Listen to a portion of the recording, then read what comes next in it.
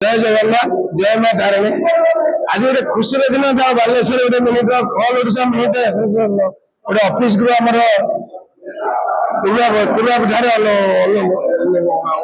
आरंभ कराला आमर भुवनेश्वर मालिक महासंघ भुवनेश्वर कटक ऑल ओडिशा मालिक संघ सब सदस्य मैंने आम सहयोग कर बालेश्वर ऑफिस स्थापना कर बहुत बहुत धन्यवाद। आम चाहूचे आम भर एकता रहू ऑल ओडिशा मिनिट एमती आगे बढ़ू। नमस्कार मु Sushant Kumar Rana all Odisha minute owners association secretary. आज Baleshwar all Odisha minute owners association एक शाखा कार्यालय उद्घाटन हो जामर बालेश्वर प्रेसिडेंट सेक्रेटरी सदस्य मैंने आम भुवनेश्वर कटक अनुगुल ब्रह्मपुर सब भाई मैंने आसते महासमारोह पालन कलु। आशा करुच्ची कि ऑल ओडिशा मिनिट एसोसिएशन शाखा बालेश्वर आगे आगे उन्नति कर चलू। आपड़ जानी आम all Odisha minute owners association हूँ गोटे पूर्ण स्वीकृति प्राप्त एसोसिएशन राज्य स्तरीय एसोसिएशन गोटे दुटा अच्छा कि पूर्ण स्वीकृति नुह 5 वर्ष 3 वर्ष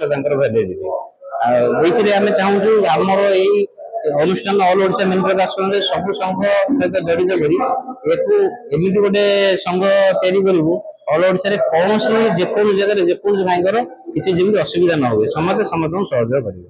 उपकृत बहुत आशा करी भाई मैंने मोर बड़ भाई सभापति उपसभापति संपादक समस्त भुवनेश्वर आसिक कटक शाखा आसिक बालेश्वर गोटे नुआ शाखा खोला उपकृत बहुत आशा कर आगे देखा।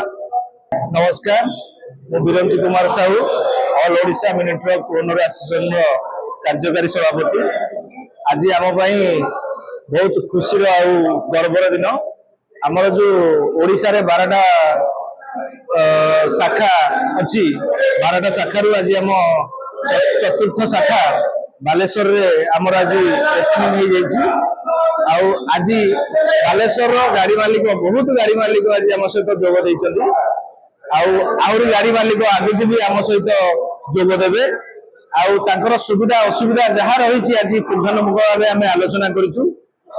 भविष्य में बालेश्वर रे कौन गाड़ी मालिक जमी असुविधा न पड़ती एवं बालेश्वर गाड़ी मालिक माने सारा ओडिशार जेकोसी जगह को गले भी कौन जगह से कौन प्रकार असुविधा जमी सम्मुखीन न होती केमी आम सुफल भाव कम कर आग को बढ़ेबू संघ को से आलोचना है।